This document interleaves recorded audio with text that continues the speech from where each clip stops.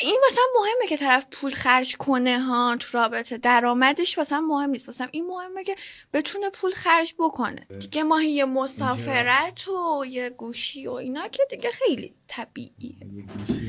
چی شد نفهمیدم، یه لحظه من حواسم به پشت صحنه بود. چی شدش؟ میگم دیگه یه ماهی یه مسافرت یه گوشی با دوست پسرت؟ آره. ماهی یه مسافرت یه موبایل؟ نه حالا ماهی یه موبایل نه، ولی دیگه یه موبایل. پشمام بعد 3-4 ماه رابطه از پسر موبایل. چه موبایلی میخوای؟ الان 16. آن خودم میتنم مسافرتی گرفته باباش تو عوارضی رباط کریم برده تو برگردوندنش. قناس ماهی یک گوشی بعد چی در عوضش میخوای ها؟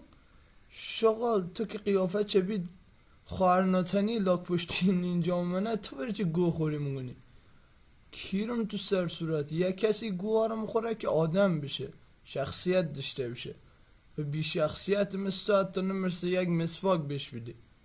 شغال کیرم تو لبات بره که شبیه بگم چی مونه، شبیه لبای شطور ممنه، لبای شطور لبای تو قشنگتر. میمون کیری.